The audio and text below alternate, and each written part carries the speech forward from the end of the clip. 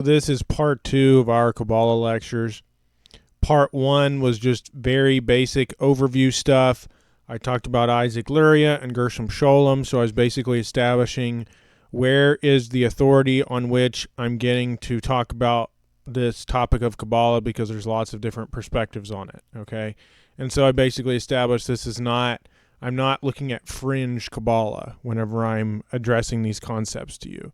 And so we talked in some detail about that. This is going to be a little bit more granular. We're going to continue to go into details on the mechanics of Kabbalistic practice, what it potentially looks like in practice for something very controversial and very problematic. We're going to look at the overview story of the concept of sparks and this process of tikkun and liberating of the sparks and all this kind of stuff. We'll talk about that, and then how Isaac Luria sort of recontextualized this Kabbalistic story in the 1500s toward the end of this lecture. And then in part 3, we're going to bring this together for, okay, what is the overall mission of Kabbalah? What does it actually look like in practice? And what does that mean for Gentiles? Because this is the point of contention, the key issue of, if this is what Kabbalah is teaching about the world, and this is what Kabbalah is teaching about Gentiles, and this is the world that we're currently observing around us, at a certain point you just have to acknowledge what's going on. So that's this lecture, and then a little bit of a teaser for what part 3 is going to entail. So we're continuing where we left off with the last lecture in Gershom Scholem's book about symbolism in Kabbalah. And I'm going to be jumping around a little bit more just because I want to establish some things within the body of the text of this book, and then we're going to look at some specific examples. We're going to establish a little bit more about Kabbalistic cosmology, and I'm being intentional in using this because I established in the last lecture, this guy is considered an authoritative source on Kabbalah. And there's other people that disagree with him, but I'm literally going to use quotes from Luria himself. And we'll touch on, before we get into that, just how revered Luria is considered. So if there's the dispute, well, you're misinterpreting this or you're misrepresenting, I'm not saying I represent the feelings of every conceivable Jewish person that's ever lived. That's dumb and that's pointless. What I'm saying is that there's a large enough percentage that are promoting these ideas, and we can observe the world around us, and we can observe where these thought processes and actions have led in the past as well, and see very clearly this is where this stuff is coming from that we're seeing in the world. You feel however you want to feel about that, but we're going to continue to proceed along here. So background for the next hour or so, then we're going to jump into a specific topic. Now that once I've established some of that background from this text, and then we'll go back into the Gershom Scholem book and address some more things before the next topic, which I'll talk about at that point. The oral Torah. The oral Torah is the sum total of everything that has been said by scholars or sages in explanation of this written core, by the Talmudic commentators on the law and all others who have interpreted the text. The oral Torah is the tradition of the congregation of Israel. It performs the necessary role of completing the written Torah and making it more concrete. According to rabbinical tradition, Moses received both Torahs at once on Mount Sinai, and everything that subsequent scholar finds in the Torah or legitimately derives from it was already included in the oral tradition given to Moses. Thus, in rabbinical Judaism, the two Torahs are one. The oral tradition and the written complete one another. These two conceptions played a significant part in the thinking of Kabbalists who connected them with the mystical symbolism of the Sephiroth. The written Torah was looked upon chiefly as the symbol of the giving sphere of the Godhead, identified primarily with the Sephirah Tif'ereth, while the oral Torah was seen as a symbol of the receptive sphere, which is at once that of Shekinah and the congregation of Israel. And now the author goes on to relate the not yet unfolded Torah, which corresponds to the Sephirah of grace. There sprang the written Torah, which corresponds to the Sephirah of divine compassion, which is Tef-ereth, and the oral Torah is corresponding to the power of divine judgment in Malkuth, the last Sephirah. Now, if you recognize that name in the occult anatomy of man, what function was Malkuth? Malkuth was the anus, and Malkuth was the feet. And it's given a lot of feminine interpretation in the Zohar. You can kind of see where I'm going to be headed with this, unfortunately, but just keep that in mind. He interprets the fiery organism of a Torah which burned before God in black fire on white fire as follows.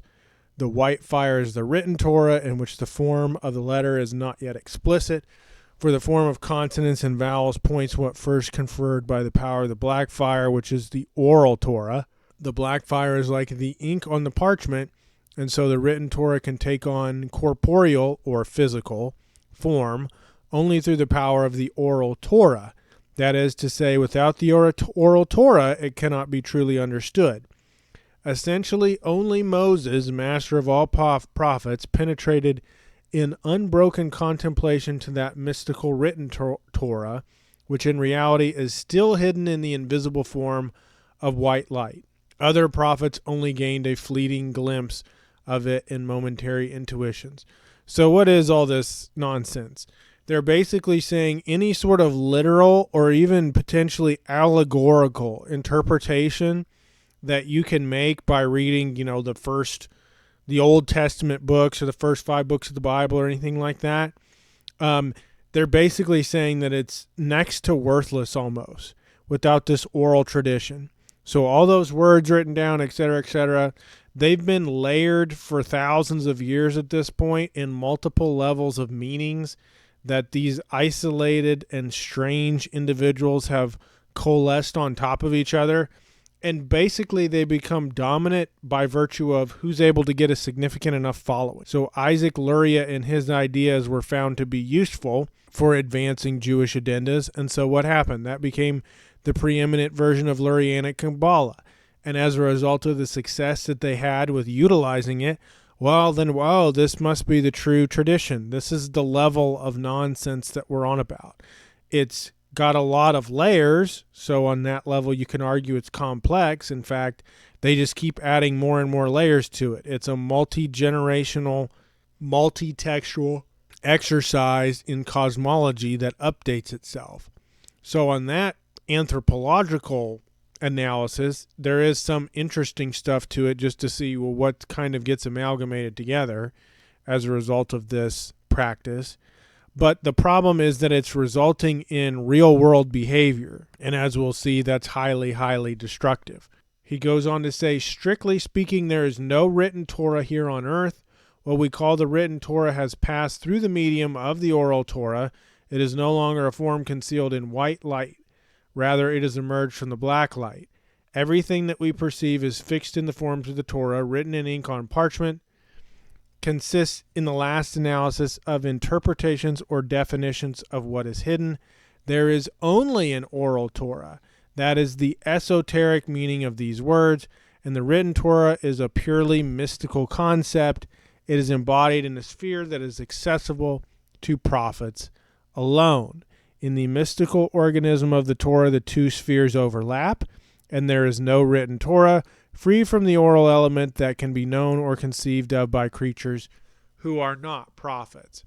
So in other words, what? This could be the bizarre fever dream of isolated rabbis and scribes sitting there poring over text over an extended period of time, and with particularly the Hasidic tradition, literally practicing daydreaming, which the Zohar encourages.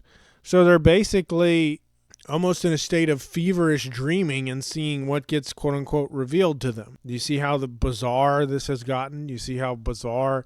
Now, again, before the writing of the Zohar, before the emergence of Lurianic Kabbalah, we saw a commonality in terms of practices and techniques that were provided by Jewish individuals.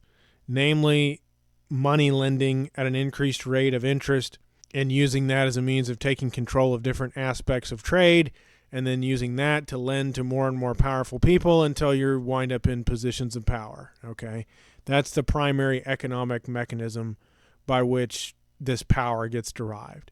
And then once they have that actual physical financial power, they use it to impress upon these ideas on individuals around them.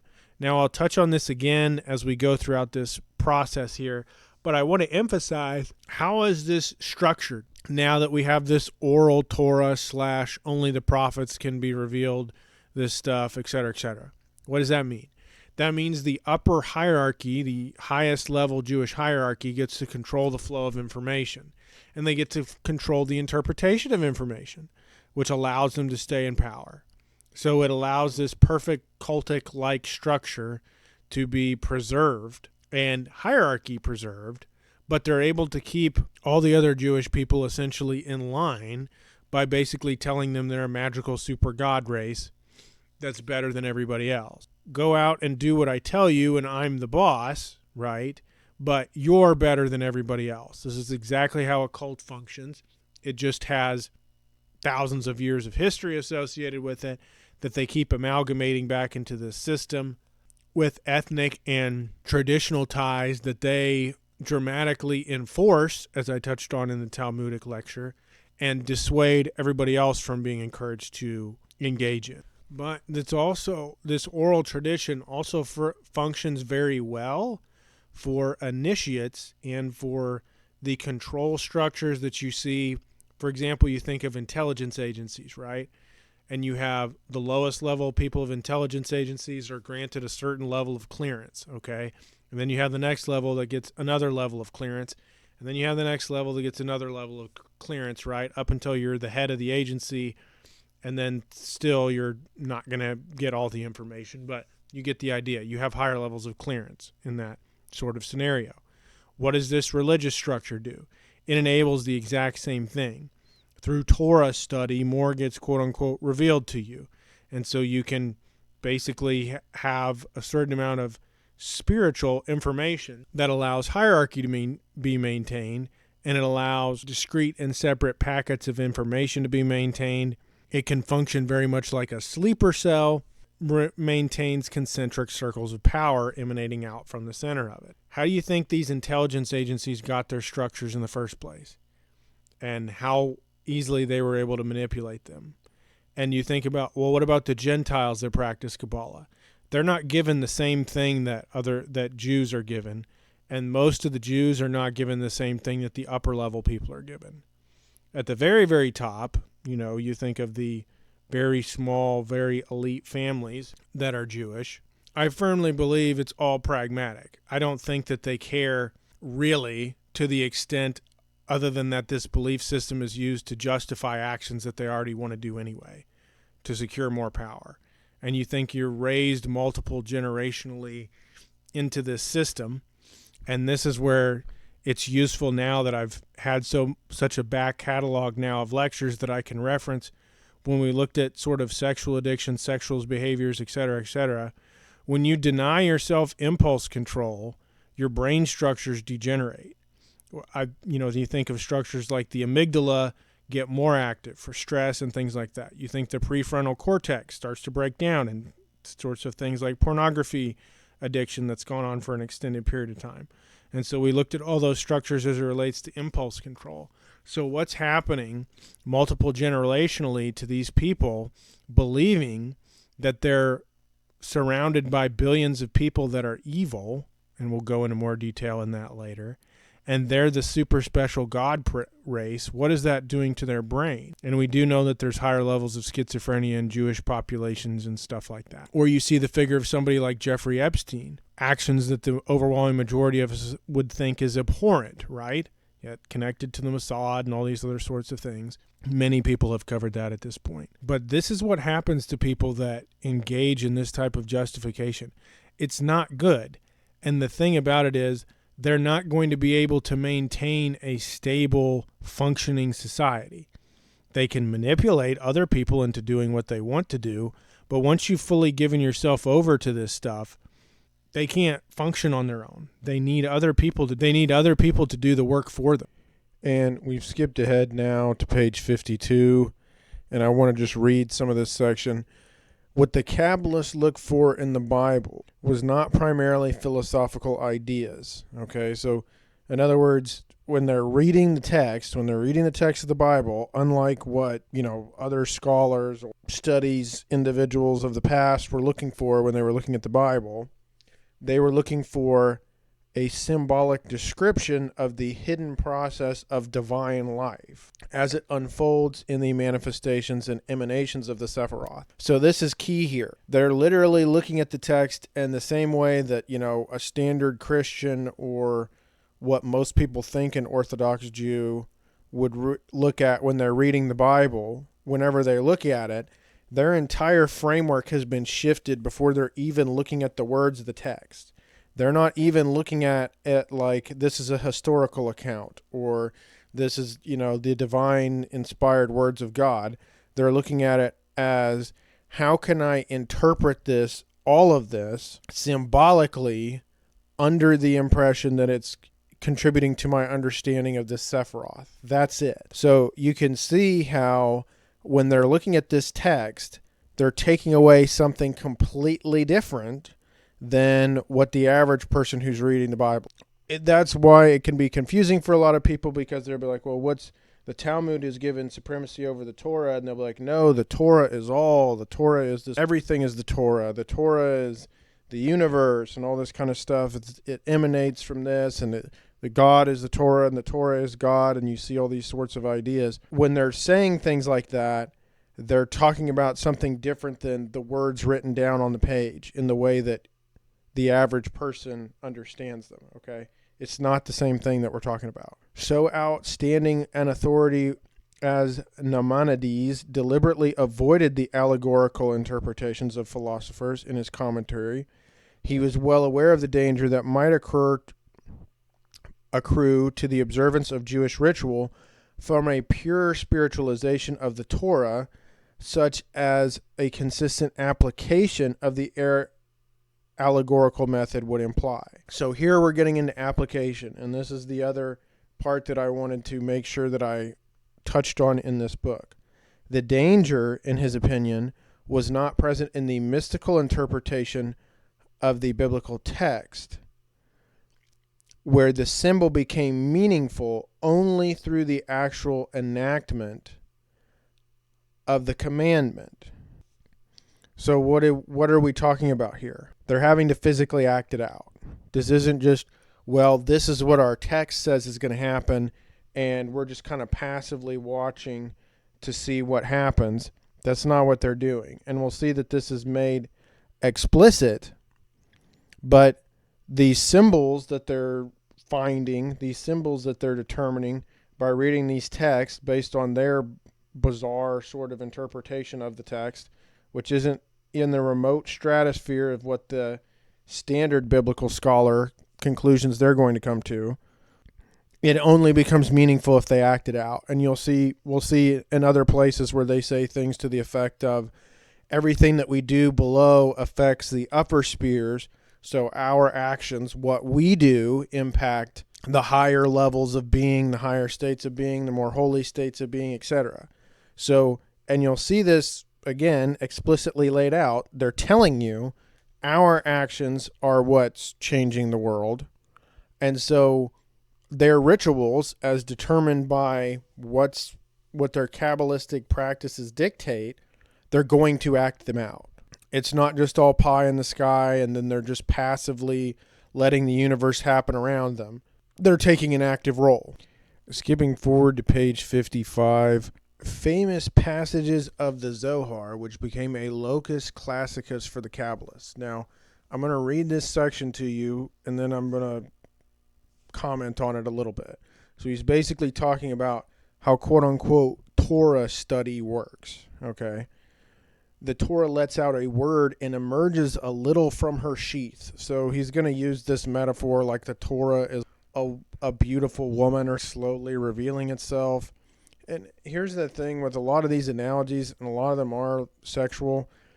whenever you use a metaphor like that, it conjures certain images in your mind. This is not something that you should repeatedly go back to, because it's going to conjure different images in your mind than what's useful to come to logical conclusions if you're thinking about women hiding behind doors and trying to slowly reveal themselves to you and stuff like that. It's interesting because I've heard this pointed out before, where somebody will say something like, you're in Catholic Church, and they're talking about how much of a sin it is to think sexual thoughts and stuff, and yet there's all these frescoes and paintings of naked people all over the walls. So it's just this bizarre, like, what are we doing here?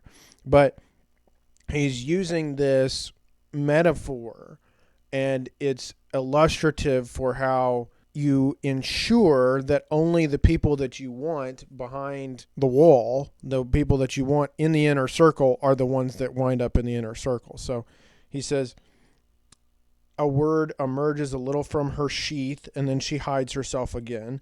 But she does this only for those who know and obey her. The Torah resembles a beautiful and stately damsel who is hidden in a secluded chamber of her palace, who has a secret lover unknown to all others. Again, these are people that are supposed to be, you're committed to your wife, blah, blah, blah, blah. Why are we talking about secret lovers in our metaphors? But we'll continue on. For love of her, he keeps passing the gate of her house, looking this way and that in search of her. She knows that her lover haunts the gate of her house. What does she do? She opens the door of her hidden chamber ever so little, and for a moment reveals her face to her lover, but hides it again forthwith. So it is with the word of the Torah, which reveals herself only to those who love her. The Torah knows that the mystic, Hakim Liba, literally the wise of heart, haunts the gate of her house. At first, when she wishes to reveal herself to a man, she gives him a momentary sign.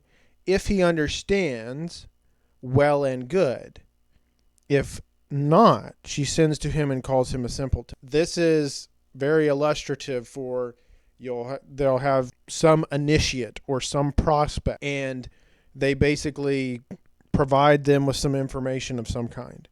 And depending on how you respond, depends on whether you make it to the next level. So if you ask the wrong kind of question, if you say the wrong kind of thing, if you have the wrong kind of attitude, which means what? They know which type of people are going to be malleable, which type of people are going to be amenable, which type of people are going to be useful for the purposes that they need them for. So if you're too disagreeable or you're too questioning, you're not going to get to the next level. So from a personality standpoint, they're limiting some people. And obviously, if you're a Gentile, they're not going to let you in the inner circles. Starting in around the 1200s, and then we have Luria in the 1500s, and that sort of catapults Kabbalah that much farther. Okay, so hundreds of years ago that we're referencing as it relates to Kabbalah, they already knew how to do this. Through a light veil, she speaks allegorical words and what is meant by Haggadah. Only then, when he has become familiar with her, does she reveal herself to him face to face and speak to him of all of her hidden secrets and all of her hidden ways, which have been in her heart from the beginning. Such a man is then termed a perfect master, that is to say, a bridegroom of the Torah in the strictest sense. So now you've created this anticipation with this section for individual Zoharic scholars to, well, I want to be initiated by the Torah. I want to be allowed into the inner sanctum. And so it creates this sort of curiosity gap, which there's a lot of literature on. And this is a very effective link in a chain of getting people to behave in the way that you want. And we'll talk about this when we talk about Illuminism or the sort of degrees of the Illuminati, because I've touched on mesmerism. I've touched on sort of Freudian psychoanalysis. So you see there's this pathway that goes from Judaism to rabbinical Judaism with Talmudic scholarship to Kabbalah. And then there's another leap that takes place with Luria. And then after Luria, you see an integration with Freemasonry in the 1700s. mesmerism in the 1700s. So sort of the more effective codification of coercion type stuff and subliminal type stuff, which combined with Hasidic imagery and would later become, movies and TV shows, that visualization stuff. And then that's going to become systematized and combined with Illuminism. And then you'll see from that 1700 period, 1776 period, things really, really take off fast after that point. But we had a pre-version of that, a proto-version of Illuminism, where you're initiating people through this sort of careful process. We already had a version of that with quote-unquote Torah study, and that's how Kabbalists function. That's how they know who is and isn't acceptable to be a part of this or that group. And we'll see here on page 53, they have these 4 levels of meaning anytime that they go to interpret a text. So you have 3 levels of interpretation that Maimonides speaks about. So you have the literal, which is here's the meaning whenever you just straight read the text. And that is given the least importance across basically all of these traditions. The literal is given the least importance. The agadic, which I will talk about here, and just briefly for those that aren't familiar with this term, it's a non-legalistic exegesis which appears in classic rabbinical literature, particularly the Talmud and Midrash. It's a compendium of rabbinic texts that incorporates folklore, historical anecdotes, moral exhortations, and practical advice in various spheres from business to medicine. So basically, and we'll say it's a part of the oral tradition from the rabbis to the students. Hey, here's our interpretation of what this says. So there's the literal meaning. Here's our interpretation of what this says. And this includes the context from our traditions, our laws, our folklore, or et cetera, et cetera, et cetera, which transmits the part of the Torah which draws man toward its teachings, or teaching which strengthens one religious experience, and it's part of its oral Torah, the traditions providing the authoritative interpretation of the written Torah. You're never going to get what they actually believe just by reading what they have written down. I mean, some places they're pretty explicit, which I will show you, but as far as their main texts, everything's been censored, redacted, shifted, et cetera, et cetera. They're going to modify it using this. Now, there's levels of interpretation beyond this that I'm immediately going to touch on after this, but just keep that in mind. This is the Jewish context that the rabbis are providing to their students that you're not going to get. Spiritual connection and the philosophico-allegorical. So this is the more abstract means of thinking above and beyond just the context that I just talked about. And now on top of that, the Kabbalists added a 4th level, that of theosophical mystery in the sense defined above. So this is really like a psychedelic almost level of analysis as far as I'm concerned. They would probably disagree with that interpretation, but they're going to disagree with pretty much anything that's in any way negative about what it is that they're doing. So, and they don't like to be logical in general, so it's kind of hard for me to take them seriously as far as their interpretation of anything. This level of the Zohar terms Raza de Mehamanutha, understanding according to the mystery of faith. So again, this is, you can see how this and some of these more psychedelic type ideas. Now, there's actually a 5th level of analysis, and that's gematria, or the numerical analysis, by applying certain numerological concepts to terms and then deriving meaning from that. But these are the 4 basic modes of analysis that are being operated on anytime that you look at a text. And this is how they can spend their entire lives looking at individual sections of one book, because they're going back and forth between these multiple levels of analysis that are never ending. And this is how they can spend hours and hours and hours, years and years and years of their lives doing analysis on not even that large a portion of a text, by going back and forth between these multiple different layers of analysis over and over again. Because you think about it, you can stack those things. You look at the literal interpretation and then apply the allegorical model over that. And then you can look at the agaddic interpretation and apply the allegorical model over that. And then you can apply all three of them in a row and then add the theosophical physico mystery on top of all that. And then based on whatever you pull out of that, you apply the numerological gematria on top of that. And you just go back. They can do literally every single word and spend years doing this stuff, and then deriving some meaning from it, and if it winds up being useful, enacting it as though it's fact. Continuing on page 71, this fourfold aspect of the Torah bears a marked similarity to conceptions of certain Christian authors of the early Middle Ages, such as Beatty, 8th century. These ideas became widespread among the Christian authors of the late Middle Ages. The strictly mystical interpretation is sometimes identified with anagogia, and sometimes, on the other hand, allegoria and anagogia become one. And so there's this famous 14th century quote, which I'll spare you, but you can read. Did the Kabbalists derive this conception from Christians? This question has been answered in various ways. The simultaneous appearance, and there's people that debate this, but I don't think it's much of a debate. The simultaneous appearance of the idea in three Kabbalist authors, all living in Christian Spain, all working with the same theory of the four levels, though their classifications differed, suggests they had somewhere come across the idea of four meanings and adopted it. One is almost forced to conclude they were influenced by Christian hermeneutics. The Zohar's account of the four levels shows a striking resemblance on Christian conception.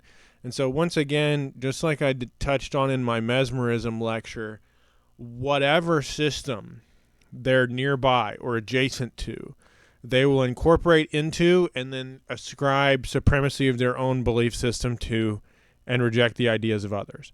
So if some Christian comes up with a useful concept, or someone like Anton Mesmer and his mesmerism comes up with a useful concept, they'll build it into their system if it's useful and then claim ownership over it. And that's also why people, I think, definitely have to be careful, and why you have to deconstruct this entire system and destroy it, because it'll just keep any new thing that comes up, it'll just keep incorporating into itself and then try to take ownership over. So that's part of the reason why it's been so successful, is whatever the dominant system is around it, it'll absorb the useful parts of it. And we see some of this analysis in action here when God said, "Let there be light." Okay, so this is, obviously in Genesis, the verse God says, "Let there be light." Okay, here's how this interpretation works in action. He meant, right off the gate, as the author of the Midrash puts it, the mystery that shines in the Torah, and it was this hidden primordial light of creation which was so noble that it could not be abased to the use of creatures that God enclosed in the Torah. So they do this over and over and over again. Just from the phrase "let there be light," they've extracted what he meant was the light from the Torah, which God enclosed in the Torah, so that the creatures of the world could not use this light for nefarious purposes. So it's only going to gradually be revealed to people that study the Torah, of course, and of those people, as we saw from the Talmud, that's supposed to be the Jews, because the Gentiles are supposed to just be Noahides and be content with that. So from this tiny little phrase, they've made this huge leap to all this other stuff. And there's no basis, there's no evidence for that. There's no, where they say they make this gigantic leap, there's no trail to say, here's where each of those words means that. And of course, they talk about Chaim Vital, who's the guy that basically was a famous Kabbalist, and he is the one that sort of interpreted and popularized the works of Luria. The word Zohar itself literally means radiance. The radiance of the Torah's divine light is reflected in the mysteries of this book. So again, the Bible, of course, is not enough. You can't understand just by reading the Bible. The Bible's nonsense on its own. And that even the Talmud is not enough. You need the radiance or illumination of the inexhaustible light of Kabbalah, in a large portion of which is determined by the Zohar, which literally means radiance or illumination. That's what's necessary to actually understand. And now we come to this concept of sparks. According to the laws of transmigration and distribution of the sparks into which the soul disintegrates, 600,000 primordial souls are present in every generation of Israel. There are 600,000 aspects and meanings in the Torah. According to each one of these ways of explaining the Torah, the root of a soul has been fashioned in Israel. In the Messianic age, every single man in Israel will read the Torah in accordance with the meaning peculiar to his root, and thus also is the Torah understood in paradise. So there's 600,000 sparks in these souls, or however you want to arrange it, okay? And they all have different interpretations of the Torah, and you need all of them together, and they all have their... So whenever you hear this my truth, your truth type stuff, where, oh, well, it's this individual combination and permutation, and then you hear all these different versions of the same thing, and you hear the Torah is creation and all this sorts of stuff, and these primordial souls all have a different interpretation of the Torah, so it's almost like a proto-multiverse type thing. And of course, it's all nonsense. This is all garbage nonsense with absolutely no evidence to support it in any way, shape, or form. Other than that, they acquire lots of power and then try to make the world seem like this is true, mostly through financial means, and then using that to acquire entertainment apparatuses and get more and more control of the internet, et cetera, et cetera. But you see something like this, and you see this emphasis on these sparks and these souls and all this kind of stuff, and you see once again why a lot of the things that you're seeing in the world, this influence that we're seeing in the world right now, where a lot of it's coming from. Here we continue with more radical departures. For example, one of Isaac Luria's students has radical statements. The Torah was originally meant to be composed of 6 books. The 6th book, however, which was to be the Torah de Atziluth, has become invisible to our eyes and has been removed from the beginning of our Torah. It is now revealed only to the adepts and the initiate, but in the Messianic age, it will become part of the visible Torah. So once again, you see this carrot dangling in front of initiates that, oh, they could be one of the ones that this is revealed to, and also for the people that claim that they've had this revealed to them, they get to use that authority over individuals. And again, this structured very much like a cult, very much like an intelligence agency, with these sort of concentric circles of power, and information's only revealed on a need-to-know basis. And it's also why you can have, diehard, low-level people that contend that my religion doesn't teach that, or that's not what's happening here, this is what we teach, because they weren't taught this stuff because they weren't initiated at the higher levels. But the people initiated at the higher levels are the ones that are actually operating the level of power. And so whenever people start to figure this stuff out and they accuse those people of believing some of these more radical things, there's an army of lower level people that will say, that's not true because I wasn't taught that, therefore you're lying, and the cycle perpetuates. For God will annul the present combination of letters that form the words of our present Torah, and will compose the letters into other words, which will form new sentences speaking of other things. So they have this nonsense where they say, we actually preserve the traditions, and we're more aesthetic, and we're more holy, and we're more conservative and more in keeping with the traditions of our religion than anybody else. This is what the Kabbalists are saying about themselves. Yet they're saying that God is going to literally reorganize all the words on the parchment in the text. So they can Essentially, whatever's necessary, they can make this say whatever is needed for them to say. A new Torah will proceed from me. Does this mean the Torah is not eternally valid? No, it means that the scroll of the Torah will be as it is now, but that God will teach us to read it in accordance with another arrangement of the letters and enlighten us to the division and combination of words. So what? But that means that what's written there, from a literal sense, is meaningless. So what's the point of having written it in that way? They've just sidestepped and found a way around trying to abiding by the rules as they're prescribed in the text and reinterpreting it across multiple levels of analysis in order to justify their behavior. It'd be hard to conceive of a more daring formulation of the principle involved in this theory. It will scarcely come as a surprise that Azulai, pious rabbi that he was, should have protested in horror against so radical a thesis. Yet in his protest, curiously enough, he invokes Maimonides' doctrine of the original character of the Torah in opposition to the doctrine of Eliyahu Cohen. He was unable to discern the unbroken line of development leading from Maimonides to the doctrine of Eliyahu Cohen, who merely drew the ultimate logical conclusion of his position. And this is something that I want to point out often, is they will advance, a thesis will be advanced or an idea will be advanced that's not worked out to its logical conclusion, and anybody that attempts to bring it to its logical conclusion will be sort of bashed or lambasted until there's widespread implementation of a certain idea. And then once it's been implemented, they say, well, of course, this was always the logical conclusion, so that this is where we're going to have to go now, because this is where we've all agreed upon these principles.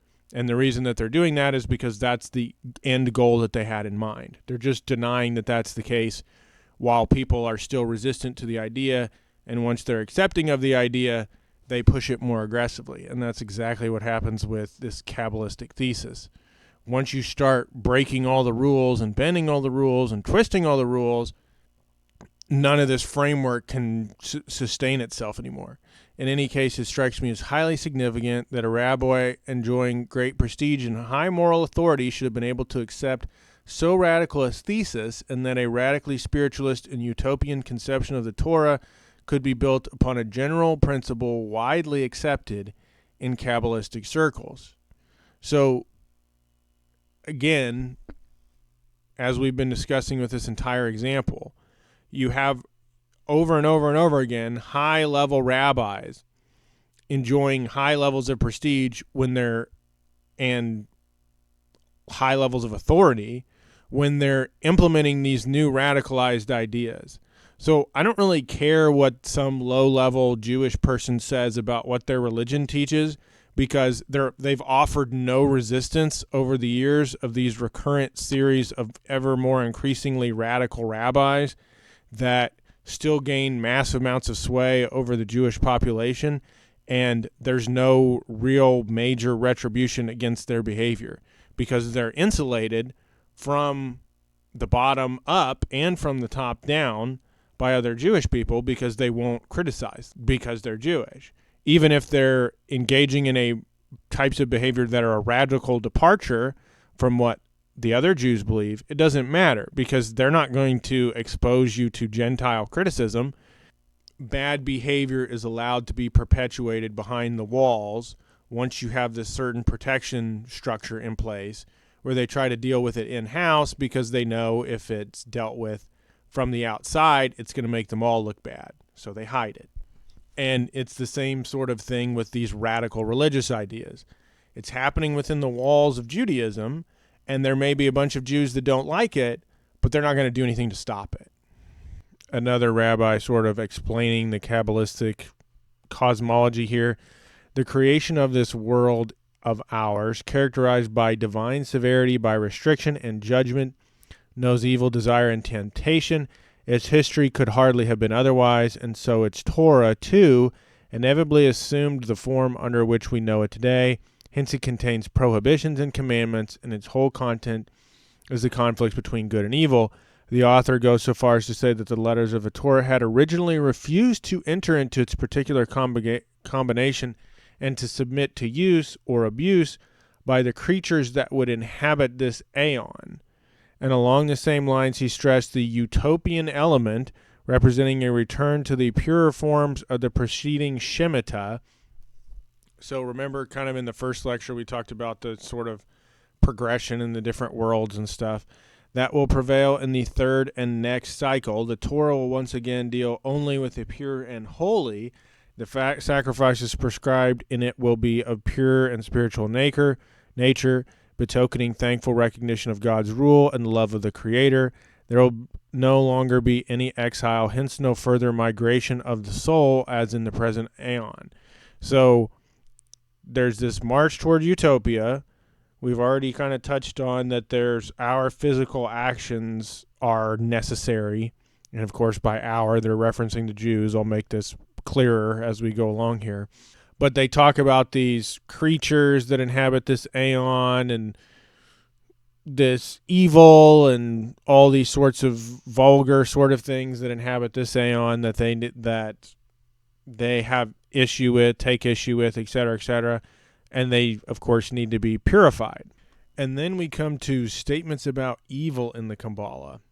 In one of the fragments of these Kabbalistic texts, it says, there is in God a principle that is called evil, and it lies in the north of God, for it is written, out of the north the evil shall break forth upon all the inhabitants of the land, that is to say, all evil that comes upon all the inhabitants of the land breaks forth out of the north. And what principle is this? It is the form of the hand, one of the 7 holy forms which represent God as the original man, and it has many messengers, and they are all named evil. And it is that they fling the world into guilt, for the tohu is in the north, and the tohu means precisely the evil that confuses men until they sin, and it is the source of all man's evil impulses. So this is something that is a major departure from mainstream sort of Christian theology or Muslim theology, etc. No less astonishing than this assertion that evil is a principle or a quality within God himself is the following exegesis. The Lord loveth the gates of Zion more than all the dwellings of Jacob. The gates of Zion, these are the gates of the world, for gate means an opening, as it is written, open to me the gates of righteousness. Thus God said, I love the gates of Zion when they are open. Why? Because they are on the side of evil. But if Israel does good in the sight of God and is worthy that the gates be opened, he loves it more than all the dwellings of Jacob, where there is always peace. So the reason that that's difficult to follow is because it's stupid. And they're using individual phrases and saying, what does this mean? It means this massive leap that I've just made based on my mystical experience. But this idea that there is evil within God, and that's why there's this thing on the side of Zion and all this kind of stuff that we're reading here, a major departure from traditional teaching. The last thing we should expect to find in the work of Jewish piety is the notion that the gates of Zion, through which, to the Jewish mind, the creative energy of Israel is communicated and in which it is concentrated, are on the side of evil. The fundamental view of Kabbalistic theosophy are set forth in a form that is often paradoxical, usually unintelligible to us, and always surprising. And this is key for me here, and why I did that logic-based lecture and said before we analyze Kabbalah, we need to understand logical processes and how this works. And I talked about sort of the bandwidth of a person's individual mental operations. So you can only hold so many simultaneous things in your head at one point in time.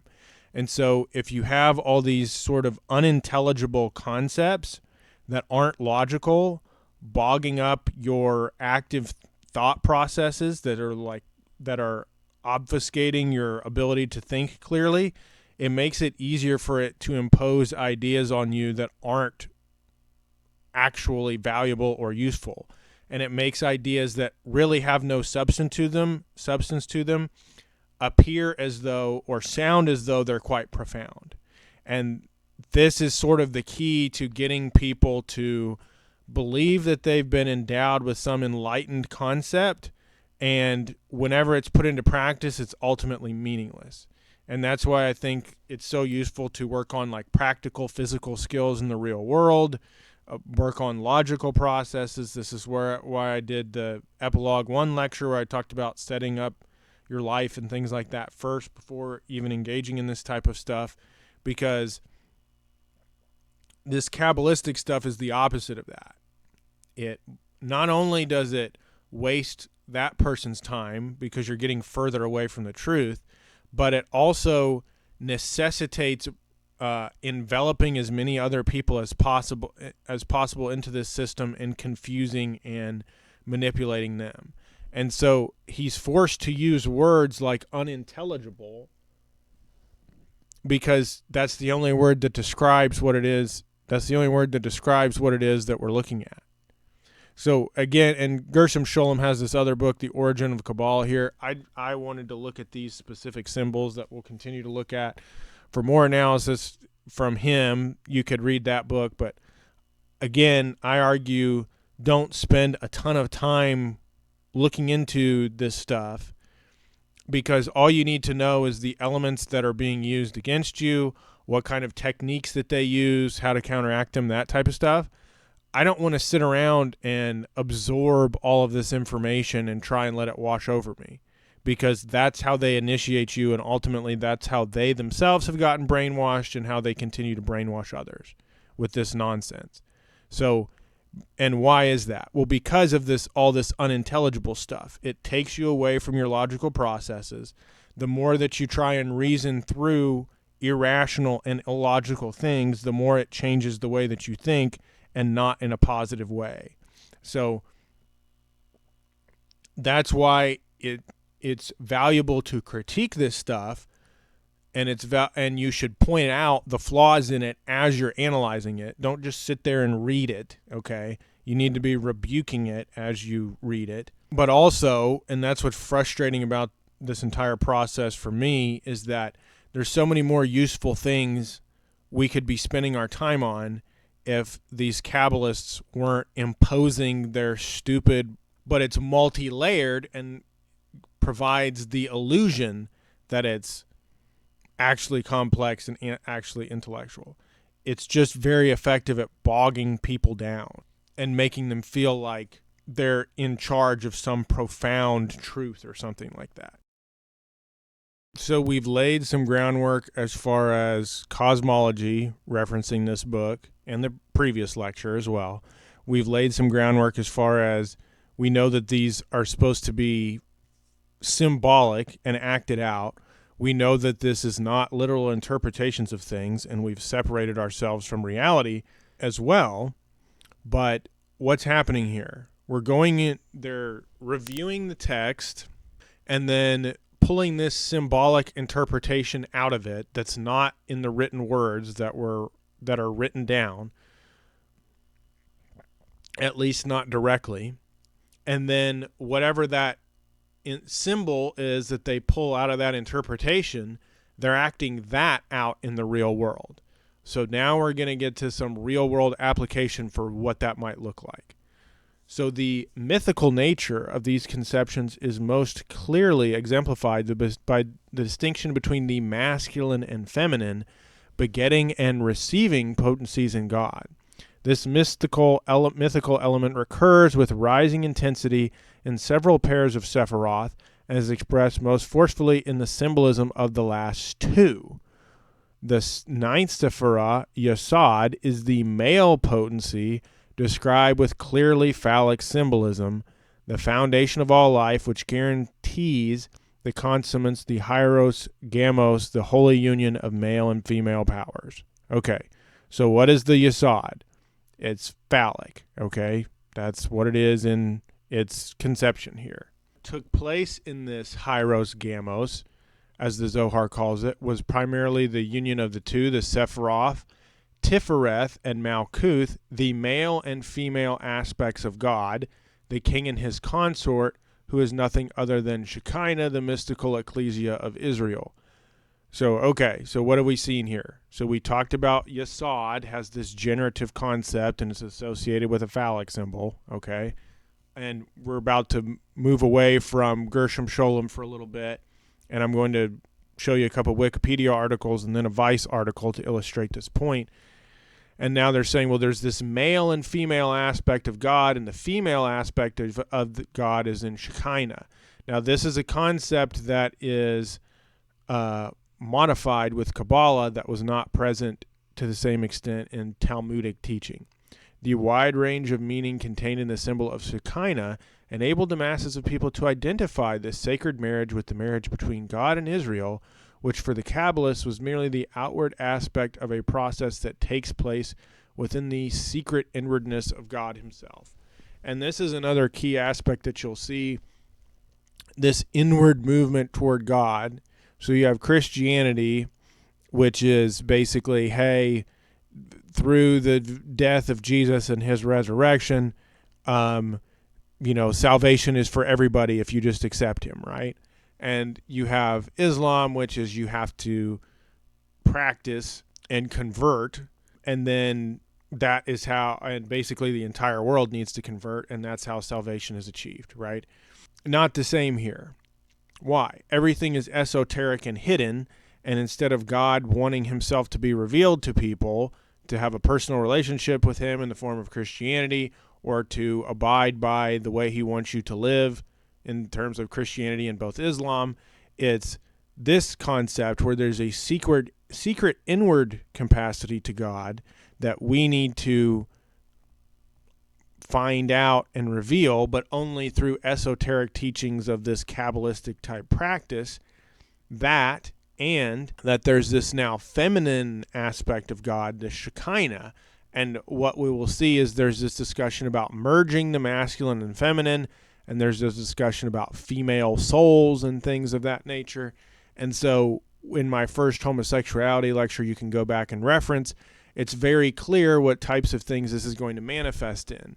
And if you go back and look at my homosexuality and transsexual lectures, the individuals that were pushing the transsexual agenda from the hormone standpoint was a guy named Eugene Steineck, who was doing experiments with cross-sex hormones and basically creating hermaphrodites. And of course, he was Jewish. And that technology was utilized by Magnus Hirschfeld and Harry Benjamin, and they developed the first transsexual surgeries, and they developed the first cross-sex hormone treatments that were being provided. But what was the basis in this stuff? This idea of a union between the masculine and feminine and all these other sorts of things.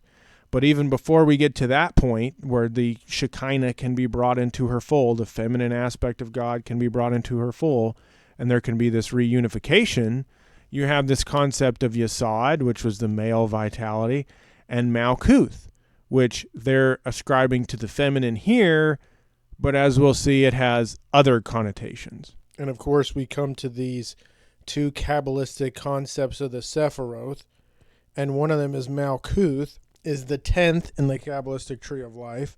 In the Zohar, it sits at the bottom of the tree of life below Yesod and governs the simple fact of existence in the physical world.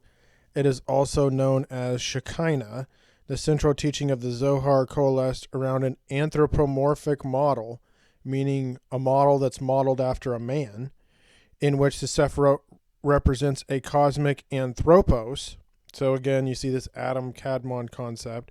The lower Sephiroth, Malkut, Yesod, Hod, Neza, constitute the most physical dimensions of life, and the Nefesh, unlike the other 9 Sephiroth, is an attribute of God which does not emanate from God directly, rather it emanates from God's creation, when that creation reflects and evinces God's glory from within himself. So some occultists have likened Malkuth to a cosmic filter as it lies above the world of Quilpoth, which again we've seen in mainstream Kabbalah they use this term, or the tree of death. Quilpoth, being the world of chaos, is constructed from imbalance of the original Sephiroth in the tree of life. For this reason, Malkuth is associated with the feet and the anus of the human body, the feet connecting the body to the earth, and the anus being the body's filter through which waste is excreted, just as Malkuth excretes unbalanced energy into Quillpoth. Kind of gross. And then we come to Yesod, a Sephira or node in the Kabbalistic tree of life, a system of Jewish philosophy. Yesod, located near the base of the tree, is the Sephira below Hod and Netzach, and above Malkuth. It is seen as the vehicle, allowing movement from one thing or condition to another, the power of connection. Yesod, Kabbalah, and the Tree of Life are Jewish concepts adopted by various philosophical systems, including Christianity, New Age, Eastern-based mysticism, and Western esoteric practices. According to the Jewish Kabbalah, Yesod is the foundation from which God has built the world. It serves as a transmitter, so it transmits from the Sephirot above. So here's Yesod, here's all the other Sephirot. So it transmits, and it's channeled into Malkuth, what we just looked at, below. In this manner, Yesod is associated with sexual organs. The masculine Yesod collects the vital forces of the Sephirot above and transmits these creative and vital energies into the feminine Malkuth. What does Malkuth represent? We just showed you right here. That's what Malkuth represents. In turn, it is through Malkuth that the earth is able to interact with divinity. It plays a role in balancing the different and opposing energies of Hod and Netzach, and also from Tiferet above, storing and distributing it throughout the world. It is likened to the engine room of creation. The cherubim is the angelic choir connected to Yesod, headed by the archangel Gabriel. In contrast, the demonic order in the Quillpothic sphere opposite of Yesod is Gamaliel, ruled by the archdemon Lilith. Okay, so represents masculine vital forces and transmits these energies into Malkuth, and it's associated with the sexual organs. Now we come to this article. This was published in Vice over 10 years ago now, the Child Rape Assembly Line. Rabbi Newcomb Rosenberg, who is 63 with a long graying beard, recently sat down to explain to me what he described as a child rape assembly line among sects of fundamentalist Jews. Rabbi Newcomb Rosenberg cleared his throat. I'm going to be graphic, he said. So that's your warning, okay, for what's about to happen in this discussion. A member of Brooklyn's Satmar Hasidism fundamentalist branch of Orthodox Judaism, Newcomb designs and repairs mikvahs in compliance with Torah law. The mikvah is a ritual Jewish bathhouse used for purification. Devout Jews are required to cleanse themselves in the mikvah on a variety of occasions. Women must visit following menstruation. Men have to make an appearance before the high holidays, such as Rosh Hashanah and Yom Kippur. Many of the devout also purify themselves before and after the act of sex and before Sabbath. On a visit to Jerusalem in 2005, he entered a mikvah in one of the holiest neighborhoods in the city. I opened the door and entered into a schwitz. He told me, vapors everywhere, I can barely see. My eyes adjust. I see an old man, my age, long white beard, holy-looking man, sitting in the vapors. Viewer discretion advised. On his lap, facing away from him, is a boy, maybe 7 years old, and the old man is having anal sex with this boy. Rabbi Rosenberg paused, gathered himself, and went on. The boy was speared on the man like an animal, like a pig. The boy was saying nothing, but on his face fear. The old man looked at me without any fear, as if this was common practice. He didn't stop. I was so angry, I confronted him. He removed the boy from his penis, and I took the boy aside. I told this man, it is a sin before God, a mishkavokser. What are you doing to this boy's soul? You're destroying this boy. He had a sponge on a stick to clean his back, and he hit me across the face with it. How dare you interrupt me, he said. I had heard of these things for a long time, but now I had seen. The child sex abuse crisis in ultra-Orthodox Judaism, like that in the Catholic Church, again, they're making sure to include this Catholic stuff in here. That's not what we're talking about right now. We've seen plenty of headlines about the Catholic Church. This happens all the time. Let's read on here, but that's not what we're talking about. In New York and in prominent Orthodox communities of Israel and London, allegations of child molestation and rape have been rampant. The alleged abusers are school teachers, rabbis, fathers, uncles, figures of male authority. The victims, like those of Catholic priests, again, that's not what we're talking about right now. Nobody's okay with Catholic molestation, but stop trying to link it to Catholicism. We're talking about this right now, are mostly boys. Rabbi Rosenberg believes around half of young males, 50% in Brooklyn's Hasidic community, the largest of the United States and one of the largest in the world, have been victims of sexual assault perpetrated by their elders. Ben Hirsch, director of Survivors for Justice, a Brooklyn organization that advocates for Orthodox sex abuse victims, thinks the real number is higher. From anecdotal evidence, we're looking at over 50%. It has almost become a rite of passage. Ultra-Orthodox Jews who speak about these abuses are ruined and condemned to exile by their own community. Dr. Amy Newstein, a non-fundamentalist Orthodox Jewish sociologist, editor of Tempest in the Temple, Jewish Communities and Child Sex Scandals, told me the story of a series of Hasidic mothers in Brooklyn she got to know who complained that their children were being preyed on by their husbands. The accused men very quickly and effectively engaged the rabbis, the Orthodox politicians, and the powerful Orthodox rabbis who donate handsomely to political clubs. The goal, she told me, is to excise the mother from the child's life. Rabbinical courts cast the mothers aside and the effects are permanent. The mother is amputated. One woman, befriended by Dr. Newstein, a music student at a college outside of New York, lost all contact with all of her 6 children, including an infant she was breastfeeding at the time of the separation. So multiple things to point out here. Look at the rest of the world around you, where 80% of divorces are initiated by women. Women are getting the majority of the paternity. They get overwhelming majority of the children in most cases. Even when there's instances of abuse that can be proved on the part of the women, you really, really have to prove a lot in order for a father to get custody of his children. But in this instance, in this scenario, women have no rights. In America, in liberal New York, women have no rights in this community as it relates to parentage. And this is in instances where there's accusations of childhood abuse.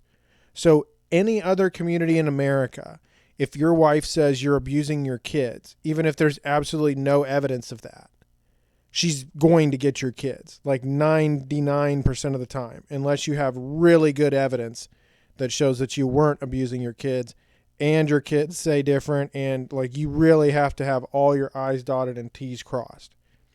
And here, these women are bringing forth an accusation outright after witnessing their kids being abused, and they're being removed as a nursing mother. How much power do you think these guys have? This is in New York in 2013, and it's still going on today, by the way. 7 years ago, Rabbi Rosenberg started blogging about sex abuse in the community, opened up a New York City hotline to field sex abuse complaints.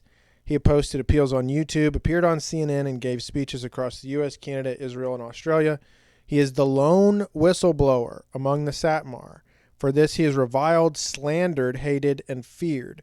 He receives death threats on a regular basis in Yiddish and Hebrew newspapers, advertisements taken out by the self-described great rabbis and rabbinical judges of the city of New York have denounced him as a stumbling block for the house of Israel, a public rebuker, a preacher of ethics who persists in his rebelliousness and whose voice has been heard among many Jewish families, especially young people in their innocence, drawn to listen to his poisonous and revolting speeches.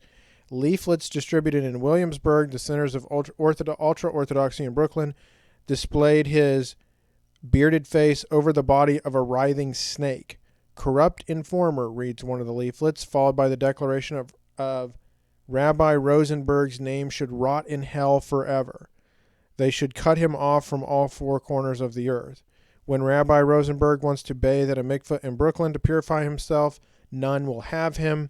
When he wants to go to a synagogue, none will have him. He is finished in the community. Butchered, said a fellow rabbi who would only talk anonymously. No one will look at him, and those who will talk to him, they can't let it be known. The pressure in our community is incredible.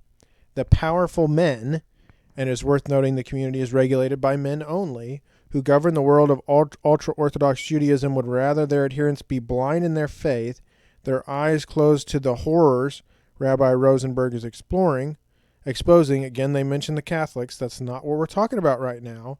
The rabbinate seeks to cover up crimes, quiet the victims, protect the abusers, and deflect potential criticisms of their institutional practices.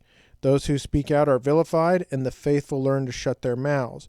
When the father of a 7-year-old boy who Rabbi Rosenberg rescued from the Jerusalem bathhouse showed up to collect his son, he couldn't believe his son had been raped. He whisked his son away to get medical help, but was still too scared to raise a formal complaint. According to Ben and Survivors for Justice, the greatest sin is not the abuse, but talking about the abuse.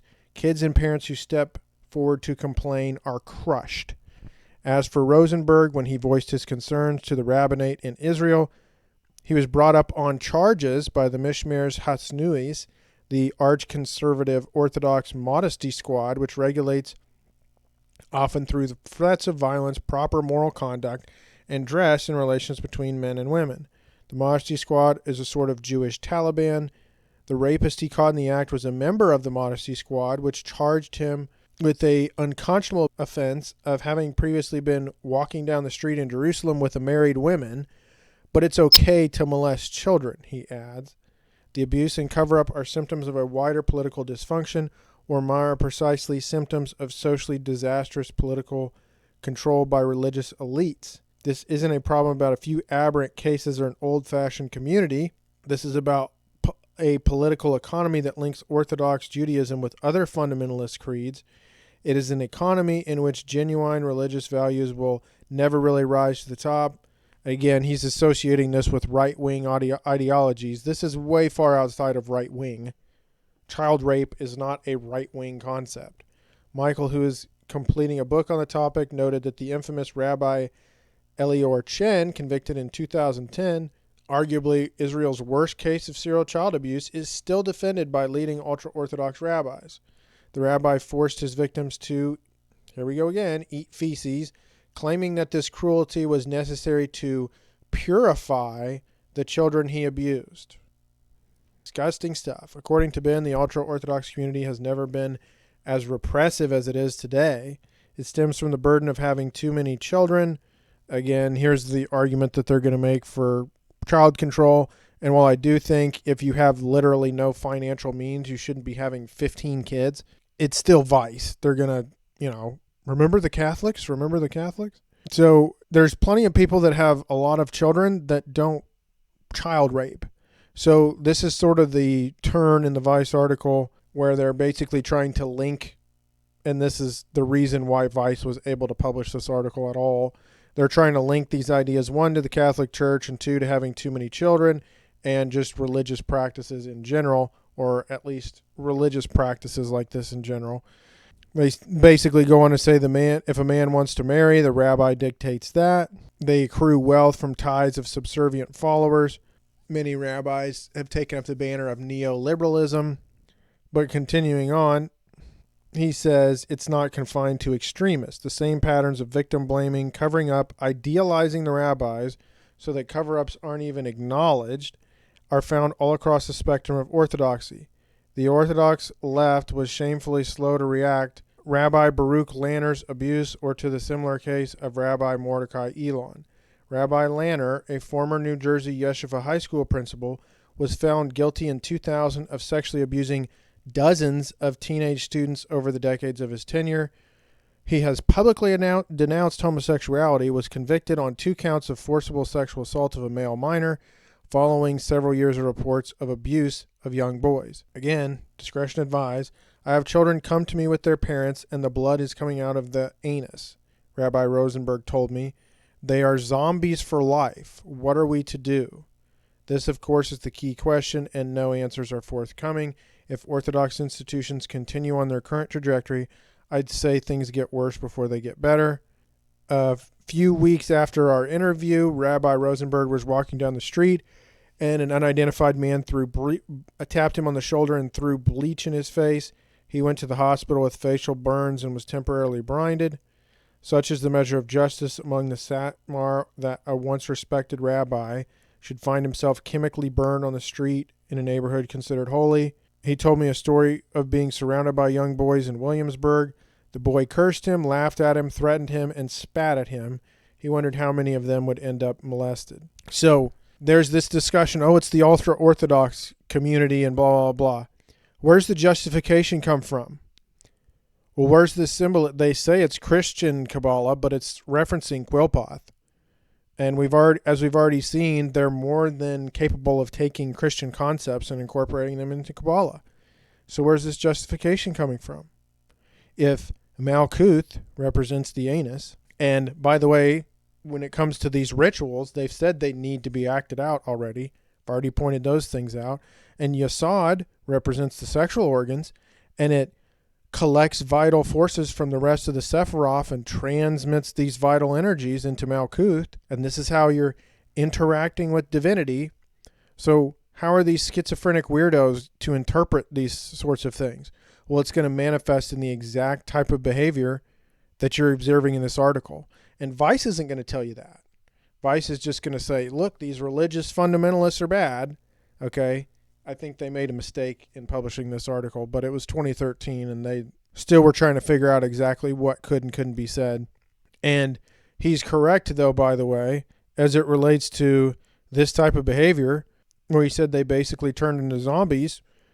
In my first esoteric homosexual lecture, part 1 and 2, actually, we talked about the fact that there's certain structures at the base of the spine, organs that have been identified, that secrete acetylcholine. And that this makes people, this particular physical act, makes people more submissive. And it makes people question their sexual orientation. So if you wanted to brainwash an entire community, or encourage brainwashing of an entire community, and justify it as you're imparting the divine Sephiroth from all of your rabbinical learning into your students, what's the end result going to be? It's going to be sodomy. And it's disgusting. So now that we've addressed that, we've some dark stuff, obviously, and we've seen practical potential application because we see this widespread practice in this particular community. And we see a link between teachings associated with this belief system and this type of behavior.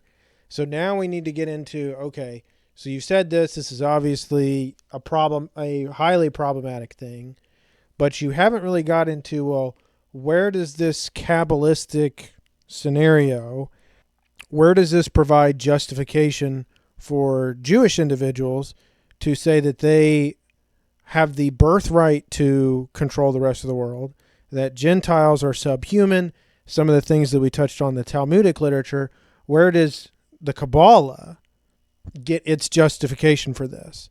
Now, in the first lecture, I talked about where Kabbalah gets its authority from, which is essentially nowhere. The rabbis make it up. That's really the justification. Some rabbi has some mystical interpretation. They write it down. How well they're able to influence other Jewish people determines whether or not it becomes part and parlance of their practice. That's basically it. So now we need to go in a little bit more detail on Isaac Luria, and we need to talk in a little bit more detail about these sparks and how Gentiles and all this kind of stuff fits in. So let's continue here.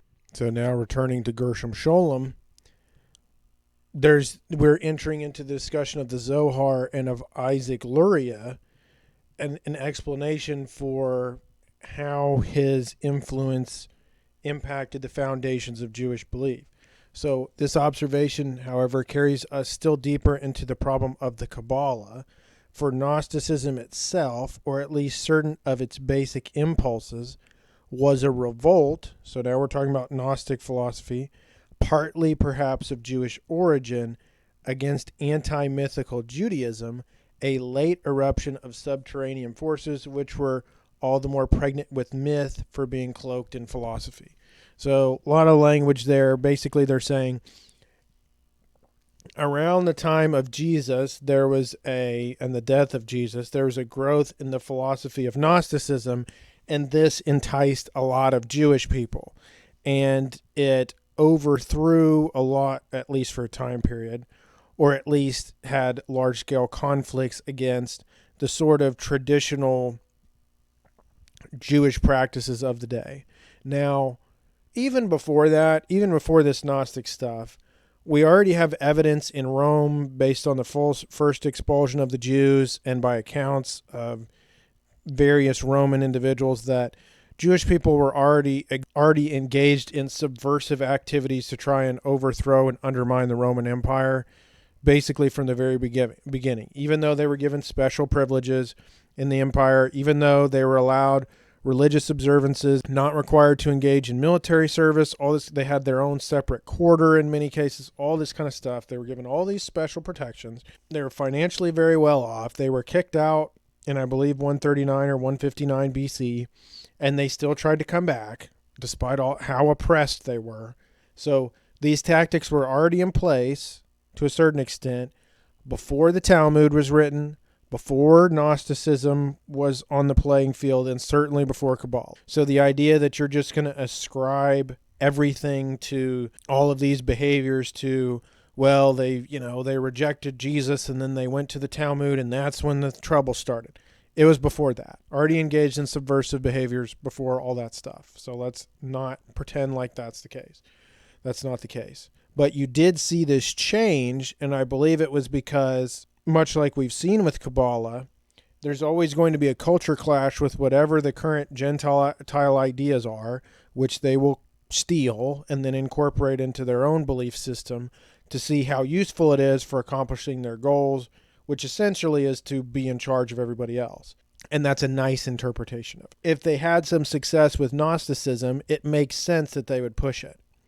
In the 2nd century of our era, classic rabbinical Judaism banished this form of heresy, seemingly for good, but in Kabbalah, this Gnostic view of the world not only reemerged as a theosophical interpretation of Jewish monotheism, and this is at the height of the medieval Jewish rationalism, but was able to assert itself at the center of Judaism as its most secret mystery. In the Zohar and in Isaac Luria, Gnostic and quasi-Gnostic symbols became, for pious Orthodox Kabbalists, the profoundest expressions of their Jewish faith. So what happened? They took Gnosticism and the rabbis supposedly banished it, but it got repackaged in the form of Kabbalah. So it's using the same symbols. So that's whenever people will reference Kabbalah and they'll say it's really ancient. No, it just copies older stuff. Or they'll say this stuff comes from Egypt or Babylon, or this is Gnostic stuff you're talking about. It's been recontextualized in a Jewish framework. And so you'll see certain people, they'll talk about communism, and then sometimes if they really dig deep, they'll talk about Gnosticism and how these are Gnostic concepts and all this kind of stuff. Okay, it's all been incorporated into the Jewish system. Gnostics didn't have a complete system of usury that was able to absorb the trade of entire nation state. That wasn't the Gnostics. That was Jewish people. Any sort of discussion that avoids the Jewish question, they're being intellectually dishonest.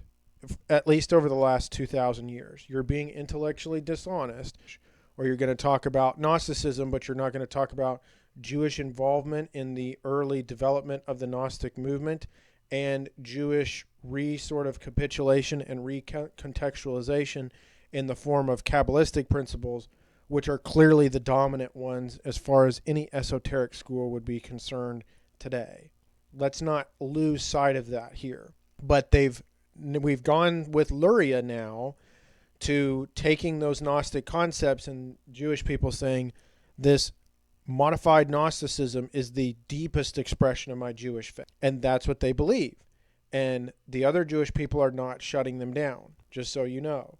In its first and crucial impulse, the Kabbalah was a mythical reaction in realms which monotheistic thinking had with the utmost difficulty wrestled from myth. Or in other words, the lives and actions of the Kabbalists were a revolt against a world which consciously they never wearied of affirming. This, of course, led to deep-seated ambiguities.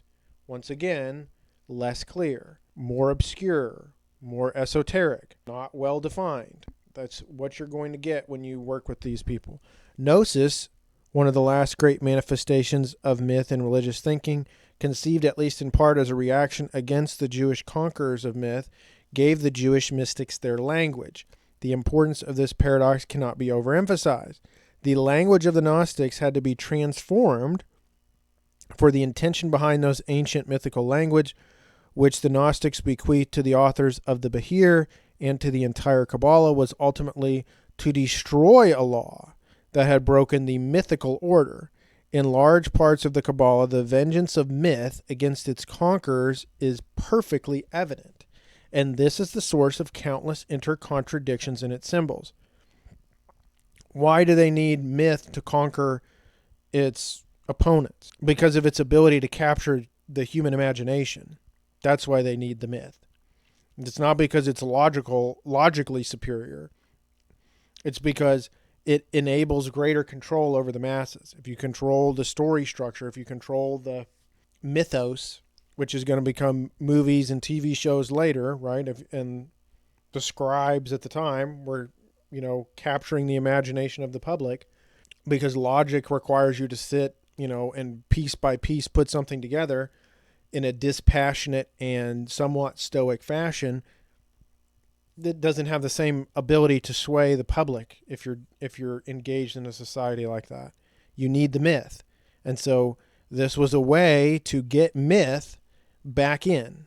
This was a way to reassert control back in, because people need something. That's the emotional, spiritual, intellectual technology that this accomplished. Like certain of the earlier Gnostic systems, Kabbalistic speculation derives a peculiar note from its endeavor to construct and describe a mythical world by means of a thinking that excluded myth. So when you see all this Sephirot, Ein Sof, and the emanation of the light and all these multiple layered worlds, and then you watch all these Marvel movies with these multiple universes and all this kind of stuff, what was this all doing? It was to create this mythical world that you could project people into. Because just like with the virtual reality stuff, if I can project you into my mental world, my digital world, this was the proto-digital world right here. If I can project you into that, then I can manipulate the rules and I can control you. It's Plato's allegory of the cave, a variation of it. What are the Kabbalists doing? What are the Gnostics doing? By controlling the myth. They're dictating what's projected on the wall of the cave. And of course, they have to imprison you inside of the cave first in order to do that. So we haven't quite gotten there yet, but at the very least, they can addict you to your stupid phone and then manipulate you with the algorithm so that what's being projected onto the wall of your phone is what you think reality is, or at least a semblance of what you think reality is. And here, once again, I want to emphasize this. So there was all these rites. There's these new rituals and things that were brought about as a result of this Kabbalistic understanding. At least the concrete form in which they impose themselves to Kabbalistic consideration is legion, meaning very many. In this descent from the heights of theosophical speculation, meaning it wasn't practical or real, it was all in their imagination, to the depths of popular thought and action. So now we've gone from it's this pie in the sky, multi-level world, Sephiroth, blah, blah, blah, to bringing those things to actions in the real world. They undoubtedly lost much of their radiance. In their concrete embodiment, they often became crude. Yes, and that is the key with all this stuff for me. They have to keep you in dream world. They have to keep you in La La Land with their flowery language and their multiple layered meaning stuff. So you're constantly trying to figure out what's the purpose, what's the meaning, or I need to let go. And you're just basically oscillating between all these different thought processes to obscure you from the fact that you're not actually getting anything concrete at the end. Because the second you try to get a concrete embodiment of it, it becomes crude. Yeah. And that's the point. If you by finally making something more concrete, it becomes more crude, it's less tangible, it's less worthwhile, it's less meaningful, then you were wasting your time the whole time with this nonsense. You could have been doing something practical. You could have been building something, because the real stuff, you hold on to it. Once you've gone through the process, you have it at the end. It's there. You're holding it because it's real. But with all this fake stuff, with this Kabbalistic stuff, with this Gnostic stuff, you have to keep waxing philosophical and projecting yourself further and further into these dumb dream worlds to get away from reality in order for it to be meaningful, because ultimately it's not. If whenever you try and bring it back to practical application, it becomes crude, you are wasting your time the whole time. And that's what Sholem, even though he's trying not to ascribe values or anything to this stuff, but all these Kabbalistic thinkers and all this kind of, they're wasting everybody's time. And why are they doing that? Well, because they have specific goals in mind and they want other people chasing their tails and destroying themselves and destroying their civilizations so they can replace them with the one that they want, that they're sitting on top of. If it's based on these principles, all you're going to wind up doing is destroying yourselves. Continuing on here, we return to this notion or idea that there's this feminine aspect of God. And here's where we really get into where you're going to start to see the problems with some of this transsexual stuff. The notion that the soul has its origin in the feminine precinct within God was of far-reaching importance for the psychology of the Kabbalah. So, and we've already touched on that in the homosexual lectures and in the transsexual lecture, specifically part 1 of each of those, which was this idea of a feminine soul being in the wrong body.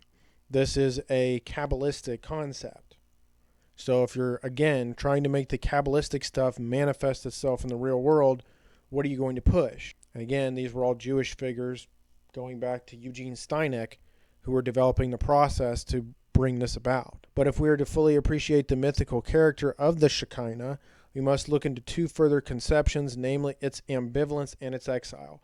And you'll see this theme of exile over and over and over again, in that they recontextualize and recapitulate their myths in order to make sense of their repeated exiles. The powers of mercy and of stern judgment are alternately preponderant in the Shekinah, which is as such is purely receptive and has nothing of its own.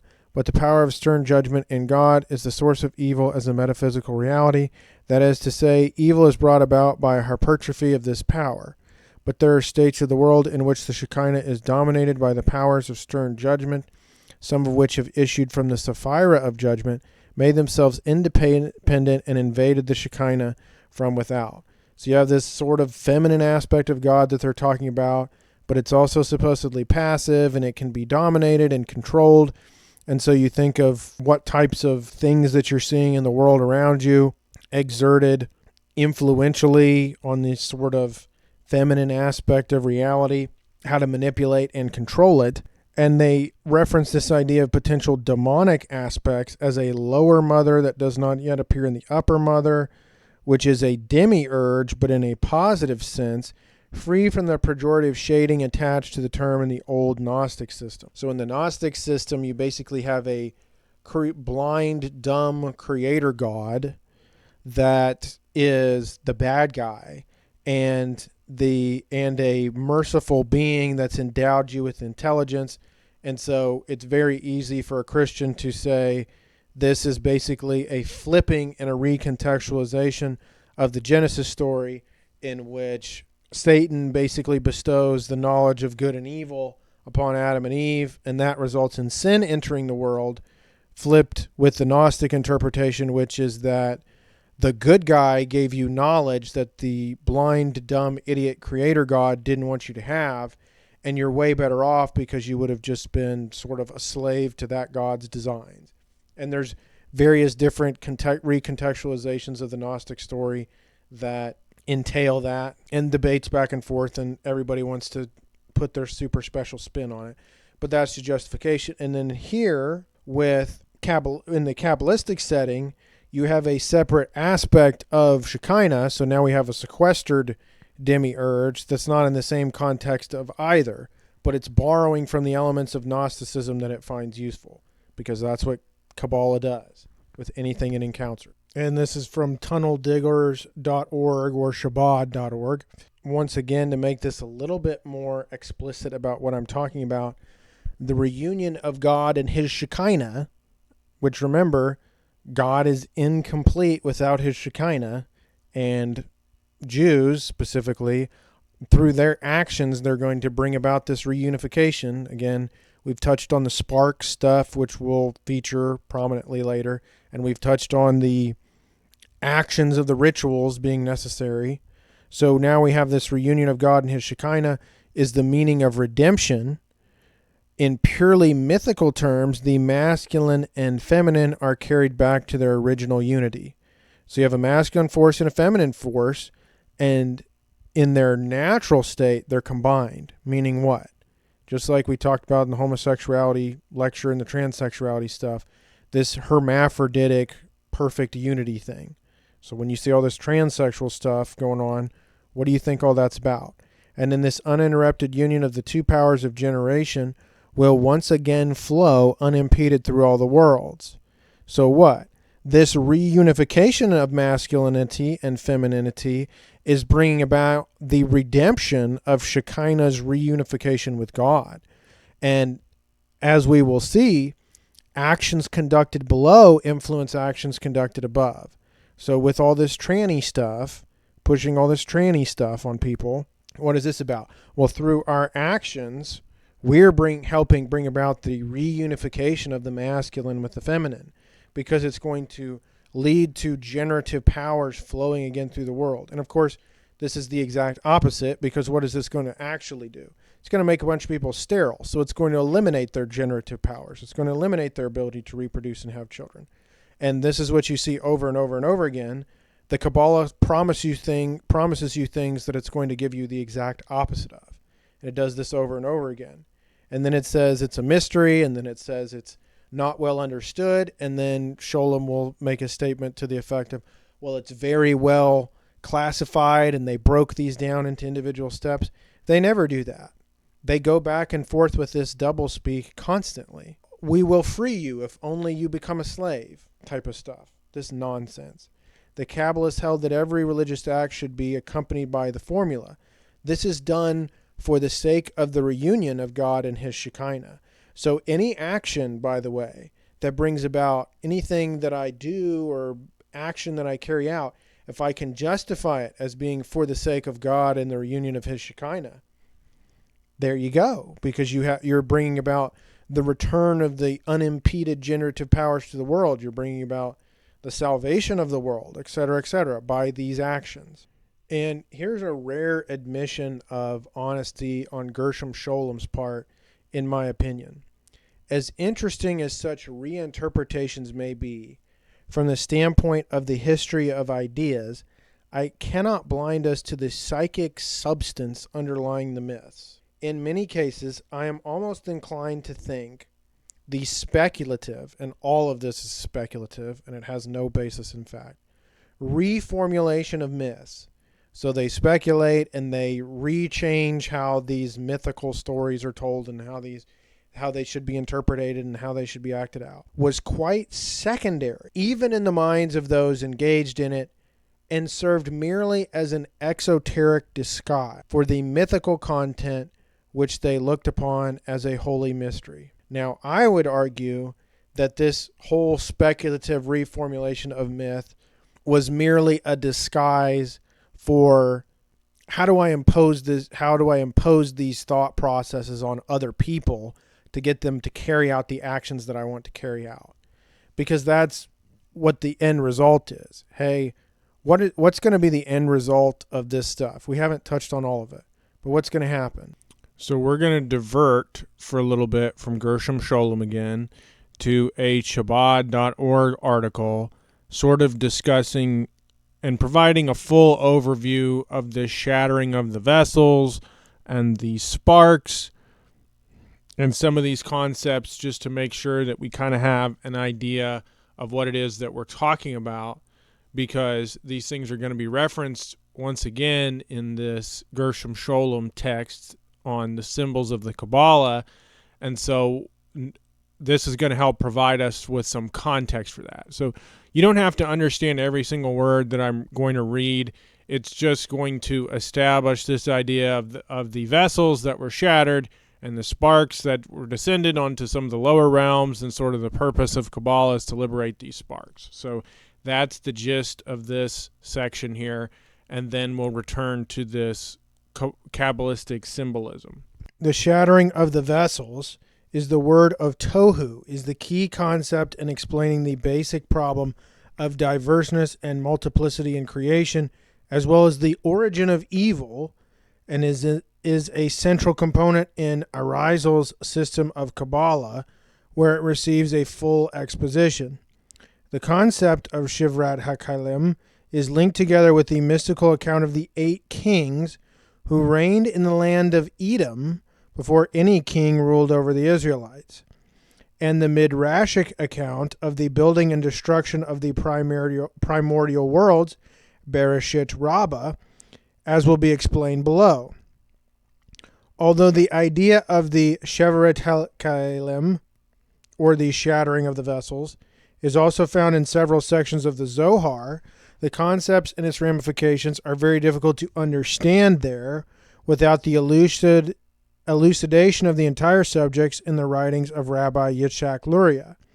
For this reason, even here, many readers will find the rollover glossary feature essential for comprehending the importance of this piece. The Arizal explained that when it arose in the divine will to create the finite world, the first step was to withdraw or conceal the infinite, or Ein Sof, in the process known as the first constriction, or Simsum Harishon. The first world, or plane of existence, because remember, as we've been talking about, there's this spiritual realm, there's a physical realm, there's a sort of baser realm, etc., etc. This is where the goofy Marvel stuff gets all of its multiple universes from, and then they realized it's useful for people to think about all these dumb splitting universe nonsense because that makes you feel like you're insignificant, which is how these people want you to feel about yourself. But let's continue on. The first world came into being after Simsum is called Adam Kadmon, but even though Adam Kadmon is a post-Simsum world, it is still a meta-world, so to speak, undefined, unified, transcending time, comprising a single transcendent primordial thought. The existence of the finite world as we know it and as God intended it is still not possible in Adam Kadmon due to its extremely lofty state. In order for a finite world to exist, the light in Adam Kadmon had to go through several more stages of quantitative contraction and descent. In one of these stages of descent, one of the several types of light emitted from Adam Kadmon is manifested as the 10 individual qualities or attributes that act as separate independent points of light or quanta of energy. You think about the 10 individual quantities or attributes, what are the 10 attributes, the 10 sephirot, etc., etc. This metaphorical term signifies a descent from an internal essential level to an external sensory level where the beam of light is refracted into discrete quanta.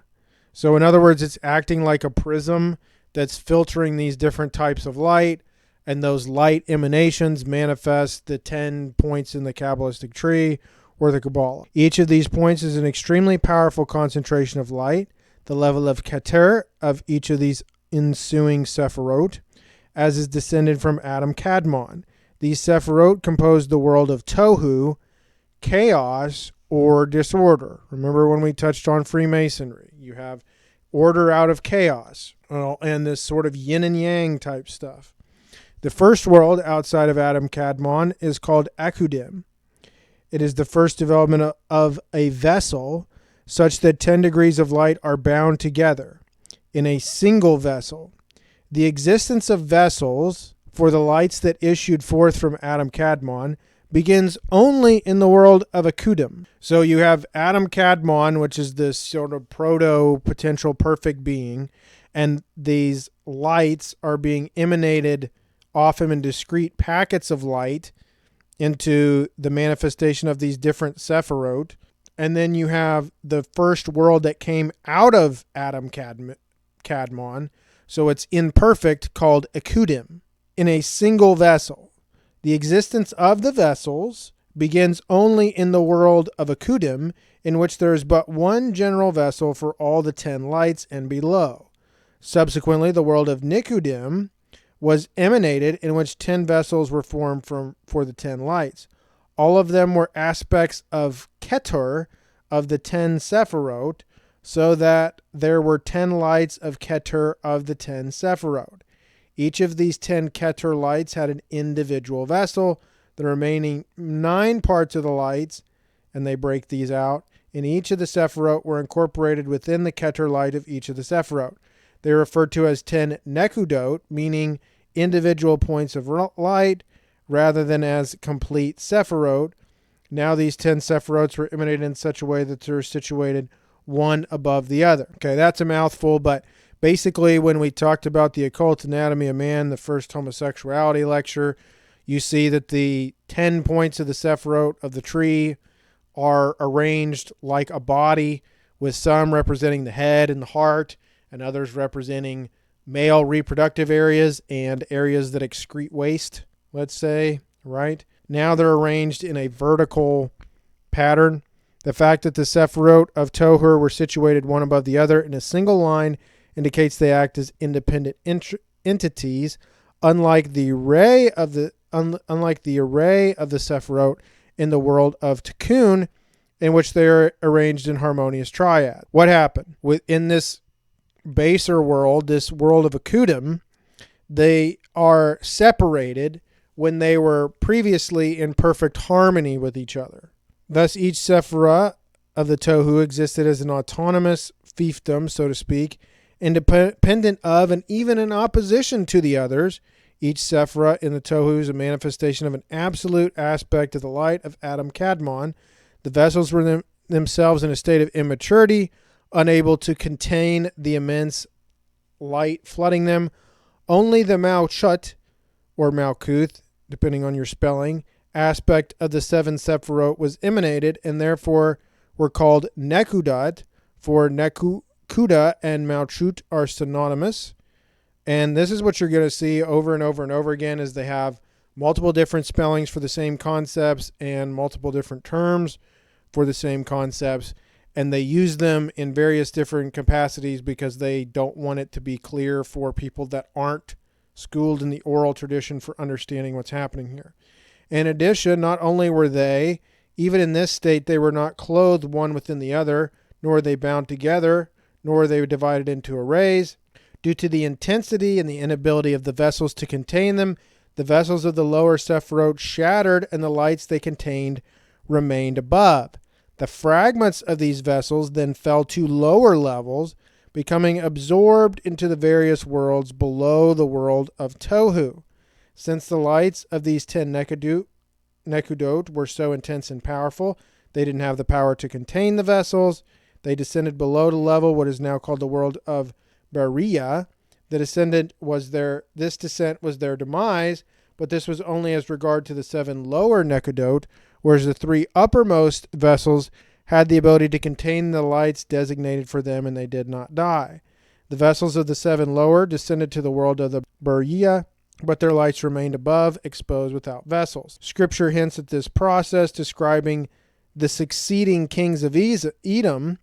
These are the kings who ruled in the land of Edom. It explains that this refers to the Sephirot of Tohu, each of which rules exclusively and then shatters and dies. So what did we see here now? Okay, there's this vessel concept of being shattered by light and it descending to a lower level. And now they're tying it to the kings of Edom. So you have the 7 lower that descended to the world of Beria, and the 3 higher that still remain in Tohu. Tohu was a primordial form of existence that was created in order to be destroyed, and destroyed in order to be rebuilt in a superior form. The order of creation that followed the disintegration of the world of Tohu is called the world of Tikkun, literally translated as rectification or restoration. So what's going on here? What's happening? You have this world of Tohu that was created so it could be destroyed. So it's currently in existence. And when it's disintegrated, forms the Tikkun, which is the restoration or rectification. The Torah states, and God looked over everything he had made, and indeed it was very good. In the words of the Midrash, as explained by Arizal, these please me refers to the Sephirot of Tikkun, whereas those of Tohu do not please me. They were emanated in such a way, Tikkun, that they work together interdependently and harmoniously as partsufim, literally visages, compound structures of the Sephirot. A parsuf is a metaphorical figure of human likeness used to represent the expansion of an individual sephirah or group of sephirot. So again, this is the 10 lights emanating from Adam Kadmon. This is the tree of life in Kabbalah, the Yesod, the Malkut, etc., etc. So he's saying one or some combination of those. It includes the Atik, the Yomin, Arik, Anpin, Abba, Emma, Zer, Anpin, Nukva. As mentioned, it works as a symbiotic harmonious system instead of a discrete, independent, overpowering Nekudot of Tohu. So remember, Tohu is the bad one. Although the Sephirot of Tohu shattered and died, a residue of the lights that were contained remained clinging to the fragments of the vessels. These are referred to as the 288 Nitzotsin, literally sparks. So you've seen references to sparks. The initial number of fragments from the vessels that broke. The entire process is alluded to in Scripture in the first couple verses of Genesis, and he's talking about, darkness and light coming upon the waters and et cetera, et cetera. Again, they're making massive jumps to make this Kabbalistic, but here we are.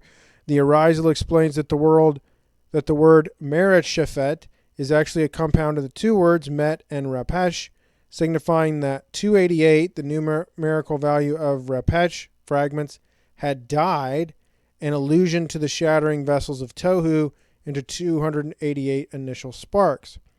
Although the fragments of the vessels initially fell into the world of Berea, when their rectification began, the most refined aspects of the vessels were able to ascend and become absorbed in the world of Atzilut. What could not be elevated remained in Berea. So remember, this is the lower area. So we have the Tikkun and the Tohu, and we have this continued descent.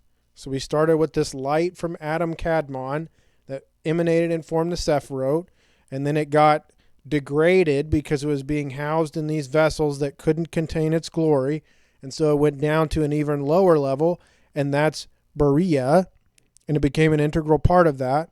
What couldn't be absorbed at that level descended into the Yetzirah and the Asiya.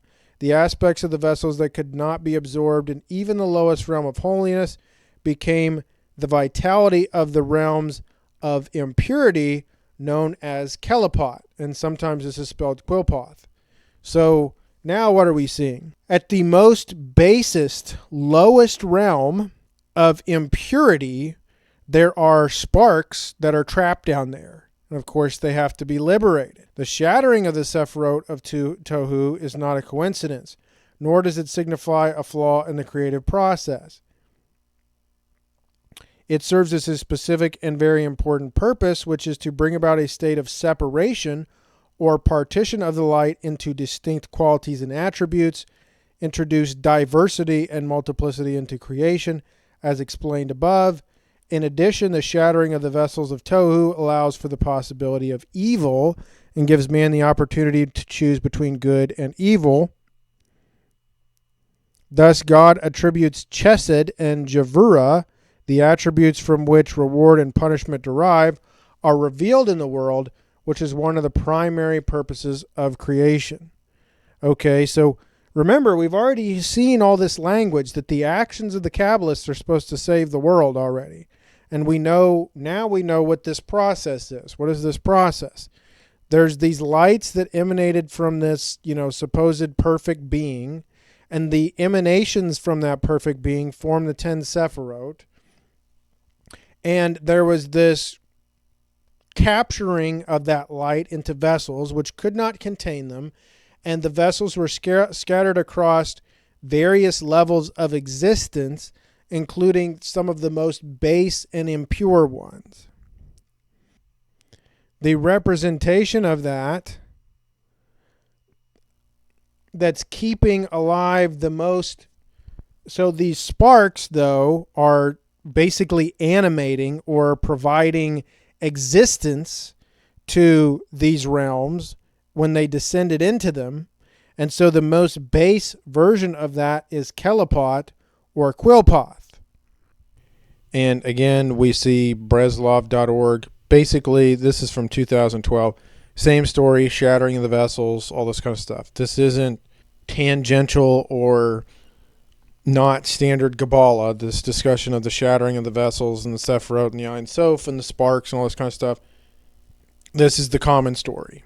And we do see sort of some indication as to what this pursuit of sparks might look like. Once again, Chabad.org, Pursuing the Hidden Sparks. So they're referencing the story of Abraham in the Bible, and he says he's been captured. His kinsmen were captured, and he armed a bunch of his servants, and he pursued the captors and attacked them, and he brought them back and their treasure and bread and wine. And the rabbi says Abraham heard refers to the godly soul, and his kinsmen being captured refers to this evil inclination, refers to righteous men who have been educated. When a righteous person sees a wicked person has been deserted, he has become trapped by a sin, he goes to grab him, for perhaps he can bring him back. Thus he draws him closer and teaches him as it is written. This spark gathering process is an active process, and here they're ascribing it to trying to bring somebody back from evil. Now, of course, they're not necessarily defining what evil means. But don't worry, we'll get into plenty of detail on that in part 3. And now we return to the significance of Luria here. From a historical point of view, Luria's myth, so Isaac Luria's interpretation of the Kabbalah, constitutes a response to the expulsion of the Jews from Spain. And spoiler alert, all of this stuff is responses to the world around them. They create cosmologies and ideologies necessary to adapt to whatever their environment is. So it's not whatever the codified law is, that's how we're supposed to behave. It's let's mutate and manipulate our belief system, our mythos, our cultural traditions, our ethnic heritage, all of that stuff together, however that we can, in order to take us through to this next phase. And they talk about that this was an event more than any other in Jewish history, down to the catastrophe of our time, gave urgency to the question, why the exile of the Jews and what is their vocation in the world? Now, I haven't gone into detail about the historicity of some of these events. Needless to say, I disagree with this sort of, the only reason that this is happening to us is because we're persecuted and blah, blah, blah. Obviously, I disagree with that, but we'll leave that to the side for the time being, other than to say this characterization is certainly only taking into account one perspective and one perspective only. But again, this question, the question of the meaning of the Jews' historical experience in exile, is here dealt with even more deeply and fundamentally than in the Zohar.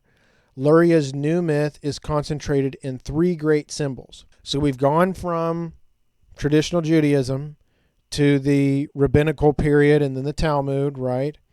And then we've gone into Kabbalah, which is sort of the 1100, 1200 time frame. And then now we've fast forwarded to Luria. So this is 1500s. And here is the intellectual technology that he's adjusted for Kabbalah. He has 3 great symbols. The Simsum, or self-limitation of God, the Shavira, or the breaking of the vessels, which is key to the Kabbalistic tradition in the Lurianic scheme that I touched on the first lecture, and the Tikkun, or harmonious correction and mending of the flaw, which came into the world through the Shavira. Okay, so God has limited himself.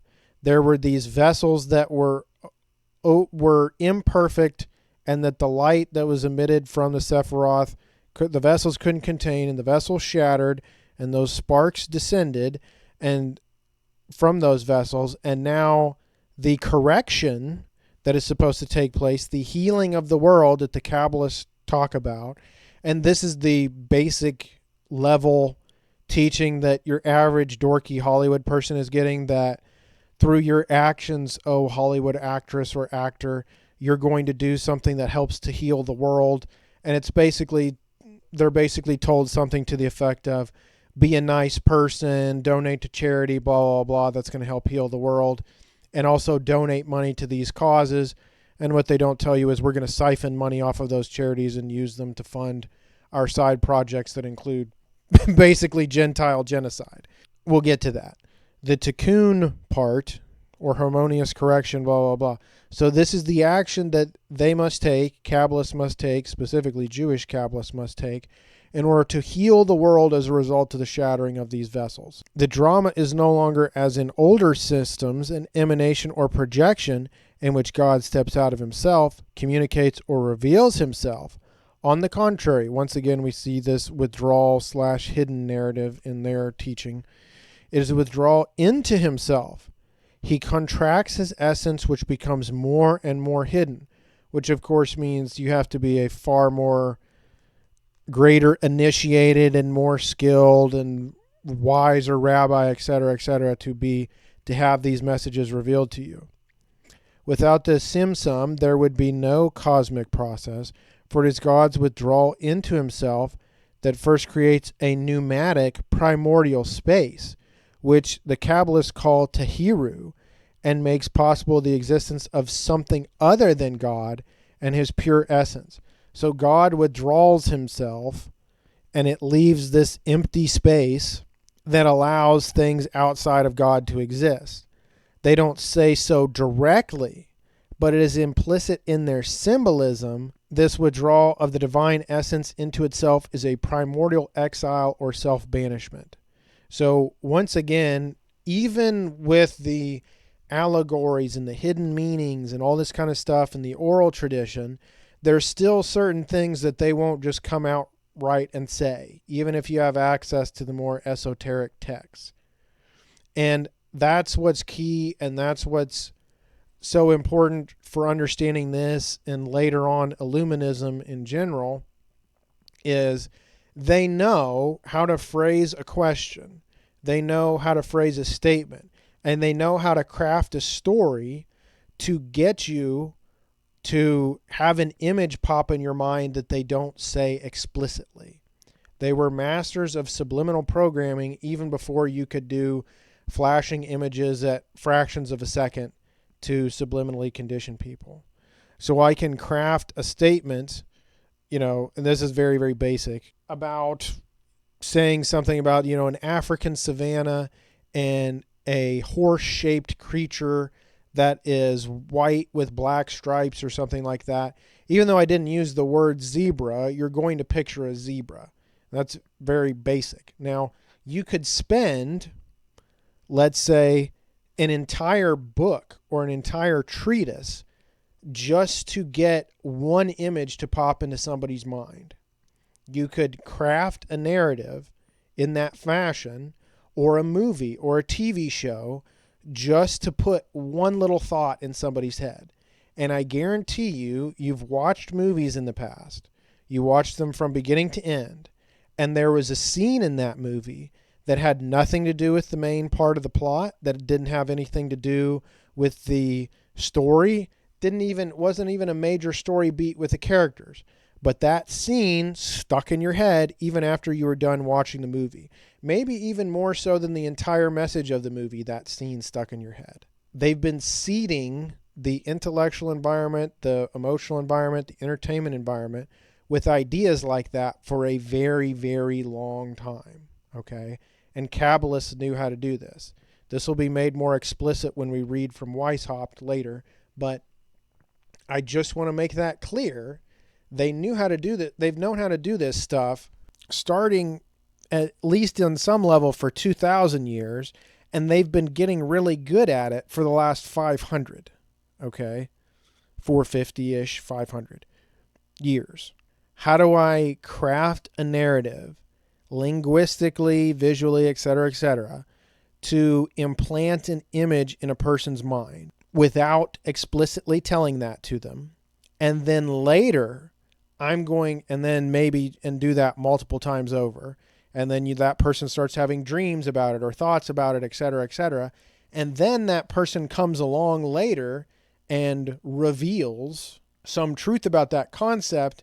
And that person believes, oh my gosh, this person has the truth. This person knows my innermost thoughts, or they have some deeper aspect of this truth. Please tell me, wise teacher, blah, blah, blah, blah, blah. Okay? Because they incepted that idea into your head. And this is how they get away with a lot of the homosexual stuff, a lot of pushing of a lot of the interracial relationship stuff, a lot of pushing of a lot of social agenda stuff, the climate change stuff, all these sort of social agendas. You can go back and watch some of these movies, and they were subliminally planting these ideas and messages in your head for decades and decades and decades using this stuff. And I touched on some of that stuff in previous lectures. But the Kabbalists know how to do that. And they have now created this space apart from God, this pneumatic space in which they can do their work, because God has banished himself and they need to bring him back out. And they already talked about the combining with the Shekinah and all this kind of. So that is going to be the end of part 2. Part 3, we're going to sort of tie this stuff together.